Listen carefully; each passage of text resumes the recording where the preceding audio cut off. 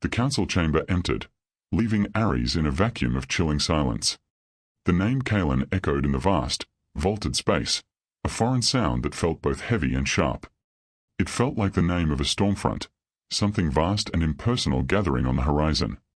The walk back to her chambers was an ordeal.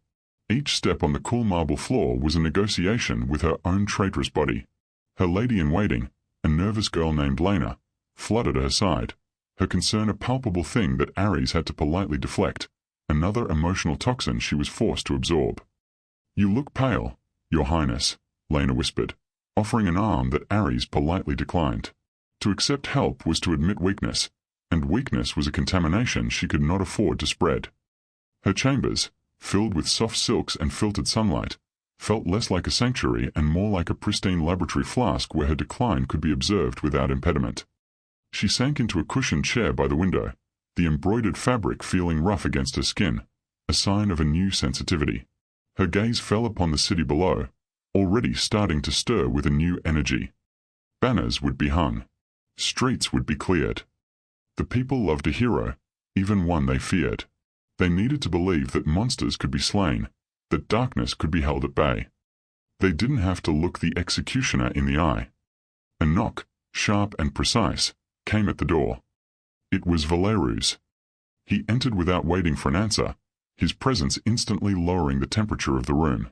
He dismissed Lena with a flick of his eyes and stood before his sister, a marble statue given the cruel gift of life. "You are unwell," he stated. It wasn't a question, or an expression of sympathy. It was an observation, a data point. "I am tired," Aris replied, her voice a careful whisper. "This Kaelen," Valerus began, pacing before the window, his form eclipsing the city. "He is a marvel. An instrument forged in the filth of the blighted lands." He spoke of the bloody commander's campaigns not as battles, but as elegant biological proofs.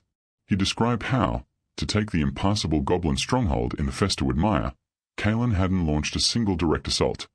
Instead, his scouts had introduced a parasitic lichen upstream. Over 3 months, it spread, choking the nutrient-rich sludge the goblins cultivated for food, and turning their greatest defense, an impassable, toxic bog, into a sterile dead zone that starved them into submission. "The elves call him the diatomist," Valerus said, a rare note of genuine admiration in his voice. "They say he thinks on a geological timescale. He seeds a single, catastrophic idea, and then simply waits for the ecosystem to collapse.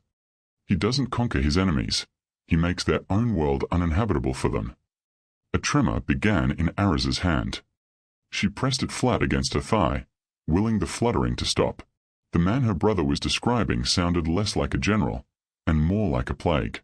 He didn't use strength or skill, but decay and time. To her, a person whose very essence was to nurture life, this philosophy of weaponized extinction was a profound violation. It felt fundamentally wrong, like hearing music played backwards. "Why are you telling me this, Valerus?" she asked, her voice small. "Because," he said, stepping closer, his shadow falling over her completely. "He is precisely the tool we need to excise the remaining corruption in this kingdom. The discontented lords in the West, the profiteering merchants' guilds, they are a disease. And a disease requires a surgeon, not a diplomat." His meaning settled over her like a shroud. "You cannot mean to set such a man loose on our own people," she breathed, horrified. "Of course not," Valerus scoffed, as if she were a foolish child. "He must be aimed. And you will help me aim him. A beautiful, dying princess pleading for peace is the perfect delivery system for a suggestion. The perfect, benign-looking cell to introduce into his reservoir." 3 days later, Ethel was a city holding its breath. Banners bearing the royal crest snapped in the wind, a forced cheerfulness against the grey sky. Inside the grand banquet hall, the illusion was almost complete. Gilded cornices glittered in the light of 1,000 candles, music from a string quartet filled the air, and the leaders of the allied races sat at a long, high table, a perfect tableau of the long armistice. Dwarven king bore an iron hand, a figure of granite and braided beard, nursed his ale. Elven queen Lorana sat with an unnerving stillness, her presence a quiet rebuke to the loud, hollow laughter of the human nobles. And there, at the center, sat Princess Aris, next to the empty seat of honor. Each note of music felt like a small, sharp stone against her skin. Beside her, Valeru's was a sculpture of predatory patience.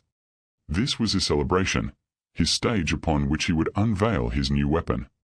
Then, the world tilted.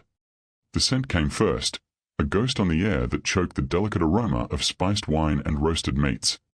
It was the coppery, visceral stench of a slaughterhouse, of old death and fresh blood, and it coiled into the hall like an uninvited guest. The music faltered. Laughter died in throats. Conversations sputtered into silence. Queen Lorana was the first to act. Her eyes, ancient and perceptive, narrowed. She gestured to one of her acolytes, a young elf maiden named Lyra. "See what transpires," the queen commanded, her voice low and clear.